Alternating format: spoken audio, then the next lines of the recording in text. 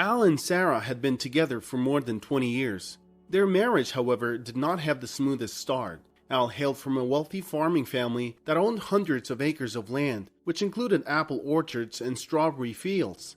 As the youngest in the family, Al had devotedly worked on the farm from a young age. After completing high school, he joined the army and served for 2 years. Upon his return from military service, Al worked on the family farm for several years before deciding to open a small cafe. In his establishment, he took on the dual roles of head chef and dishwasher. His experience working on the farm had instilled in him a strong work ethic, which contributed to the rapid growth of his cafe. Within just a year, it became popular among the townspeople and generated a significant income.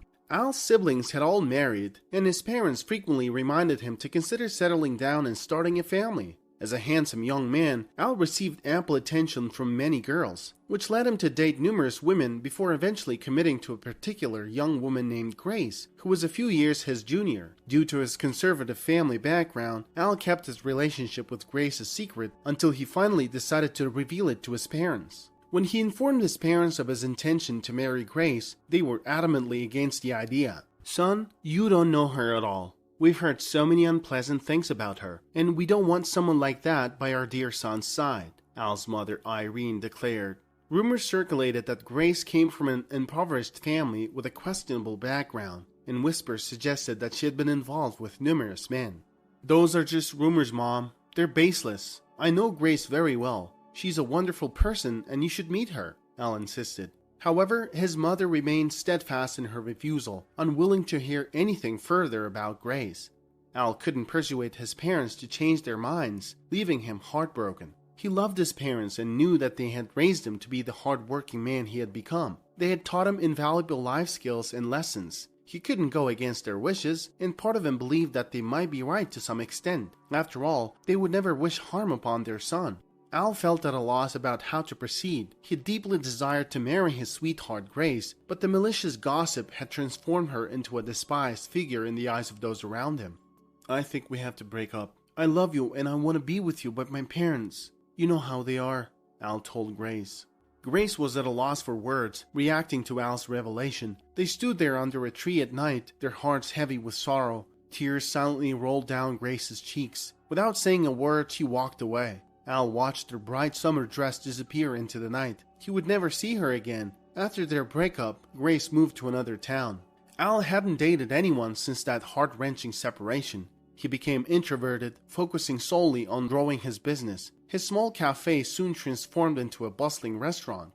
Meanwhile, Al's parents searched for a suitable bride for their son. They considered several girls, mainly from families they knew well. Al's father, Everett, had a friend named Sam who owned a large trucking company. They met one day and Everett was aware that Sam had 3 daughters and was looking to marry off his youngest one. They arranged a big family dinner at Sam's house, inviting their children to attend. They hoped the young ones would take a liking to each other. Sarah, Sam's daughter, knew Al from high school. She was aware of his popularity and past relationships with numerous girls. At first, she was happy to potentially become Al's bride, but then hesitated due to his history. After dinner, Irene, Al's mother, asked if he liked Sarah. Al replied that he respected his parents' choice and was willing to give it a try. Sarah and Al eventually grew fond of each other, dating for several months. A year after their marriage, Sarah and Al had a son, Nick. They worked together to expand their restaurant business. Al was a quiet, hard-working husband who provided for his family, but spent most of his time at work or fishing with friends. He hired staff for the restaurant, leaving Sarah in charge of its management. With ample free time, Al decided to build another source of income. He purchased a semi-truck and became a trucker for the next 5 years. 2 years later, his daughter Ashley was born. He would come home once every 2 weeks and take his family out for dinner or to the mall. Despite having 2 children, Al and Sarah didn't share a strong connection. He didn't communicate much with his kids either. Nick was a spoiled child who always got what he wanted, while Ashley was a quiet, studious girl who excelled in school. A year before Ashley was born, Al was on his way to deliver a load. He stopped at a gas station one night and encountered a woman named Kate whose car had broken down. Kate was 2 years older than Al, and from the moment she got in his truck, she showered him with questions. Al couldn't recall the last time someone had been so inquisitive. As they drove through the night, he felt an inexplicable attraction to this stranger. When they reached the city, Al dropped Kate off. "Here, call me if you ever get stuck on the road again. I take this route once a week," Al said, smiling and handing her a note with his phone number. After that encounter, Al couldn't stop thinking about meeting Kate again. He admired her outgoing nature, but felt guilty for having such thoughts. A week later, he received a phone call from an unknown number. "Hey Al, this is Kate. You gave me a ride a week ago. Do you remember?" Kate's cheerful voice came through the phone, sounding like sunshine on a rainy day. Al was stunned, his heart pounding in his chest like a wild drumbeat. Deep down, he had hoped she wouldn't call, but now there was no turning back. The memory of that fateful night flashed through his mind, her emerald green eyes sparkling like the stars above, her laughter filling the air like a melodic symphony, and the lingering scent of her perfume that seemed to cling to his truck for days after. As he hesitated to respond, this was it, the moment that could change everything. She invited him for a cup of coffee if he happened to be in the city. Al, who was at home in his hometown, quickly found a cheap load to deliver to the city and hit the road. He felt a mixture of guilt and excitement at the prospect of seeing Kate again. As they sat in the coffee shop, Kate expressed her gratitude, saying that treating him to coffee was the least she could do to thank him for giving her a ride that night. They talked for hours. Al found himself captivated by Kate's wit and intelligence. As the minutes turned to hours, Al realized that this wouldn't be their last encounter. That night marked the beginning of a double life for Al. Every time he delivered a load to the city, he made sure to carve out time for Kate. His heart raced with anticipation as he approached her cozy apartment. Al felt alive in her presence, the weight of his mundane existence dissipating like morning fog under the sun's warm embrace. But with each visit, the risk of his two worlds colliding grew stronger. Al's secret rendezvous with Kate remained a well-guarded mystery, tucked away from the prying eyes of his friends, family, and colleagues. He knew that balancing this double life was a precarious act, teetering on the edge of discovery, but the exhilaration and happiness that Kate brought him made it impossible to walk away. Kate had been divorced for 6 years and had a 19-year-old daughter from her previous marriage. She owned a successful clothing store, which she built using the money she received from the divorce settlement. She lived in a comfortable 3-bedroom apartment with her daughter. Al became a regular guest, sometimes staying for over a week at a time. Back home, Sarah managed the restaurant and took care of the household. She drove their kids to school and back, never suspecting a thing. She knew Al wasn't talkative and spent most of his time on the road. When he was home, they slept together like any other couple, and Sarah never detected any significant changes in him. In fact, he became even more caring. He would surprise his children with unexpected gifts from his trips, and occasionally brought home new electronics or furniture. Sarah appreciated Al's increased attentiveness, but she didn't know that this was his way of justifying his double life. His trucking company wasn't performing as well as he'd hoped. Although he had several drivers working for him, he couldn't afford to stop driving himself. He preferred it that way so he could visit his other family. The same year Ashley was born, Al and Kate had a daughter named Amelia, born just 2 months later. Sarah's concern grew as Al took most of the money they made from the restaurant business. He claimed he was investing in stocks, but in reality, he was investing in Kate's business at her request. Nick, finishing his senior year in high school, wanted to study law in college. Al paid for his tuition at a prestigious college, and Nick's life in the bustling city began. Sarah provided him with everything, but Nick was spoiled. He struggled in school, partied a lot, and spent all his money on drugs and alcohol. Al recognized that Nick was spiraling out of control and urged him to withdraw from school, return home, and assist his mother. Nick, however, vehemently opposed the idea and chose to remain in the city. Al advised Sarah to stop sending Nick money so he would learn to be self-sufficient. Having never worked before, this was a daunting prospect for Nick. He had borrowed money from his college friends, and they soon stopped speaking to him. Evicted from the dorm, Nick temporarily stayed at a friend's rented apartment.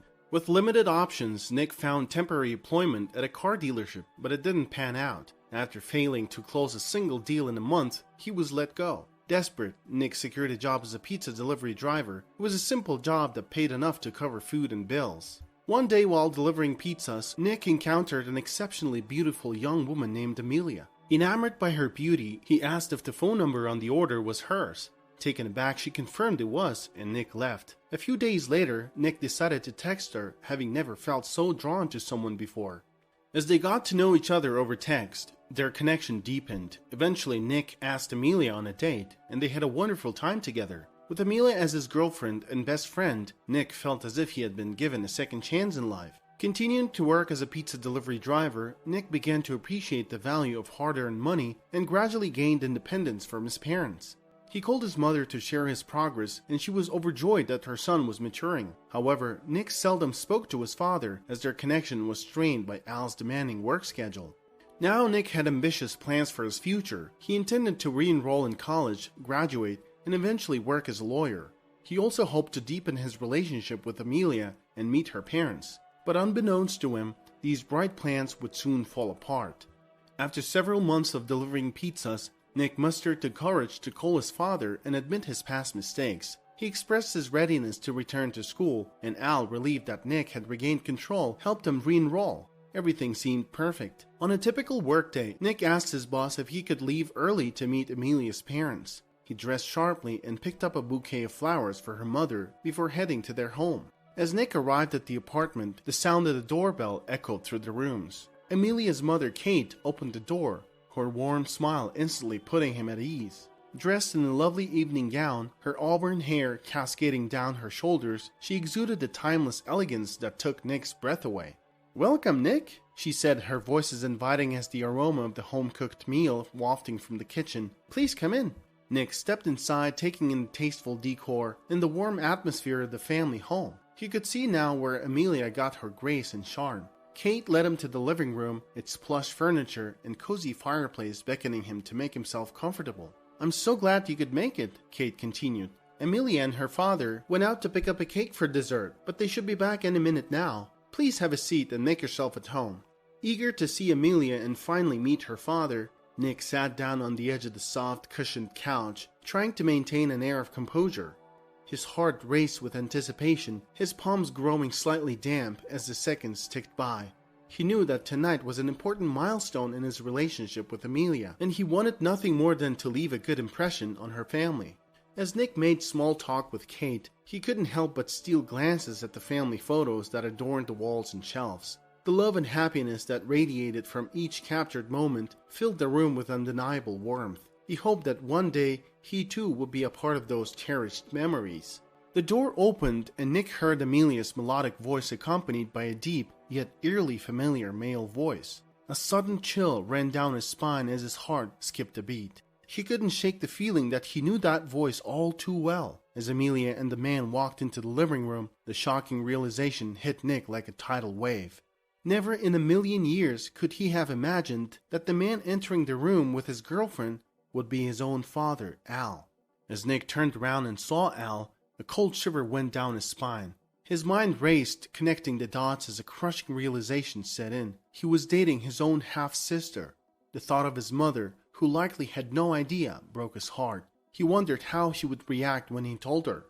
"Nick, this is my dad, Al," Amelia said, completely oblivious to the tension that had suddenly filled the room. "Dad, this is my boyfriend, Nick." Al stared at Nick, equally shocked by the revelation that his world was falling apart. Just moments ago, he had been excited to meet his daughter's boyfriend for the first time, only to discover it was his own son.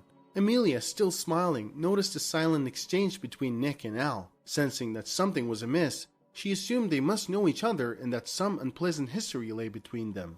"What's going on?" she finally asked. "Dad, Nick, can someone tell me what's wrong with you guys? Why are you staring at each other like that?" Kate entered the living room and immediately sensed the tension. As she looked at Nick and Al silently facing off, a cold shiver went through her body as well. She recognized the similarity in their features and braced herself for the worst. While she was aware of Al's other family, she never anticipated a situation like this.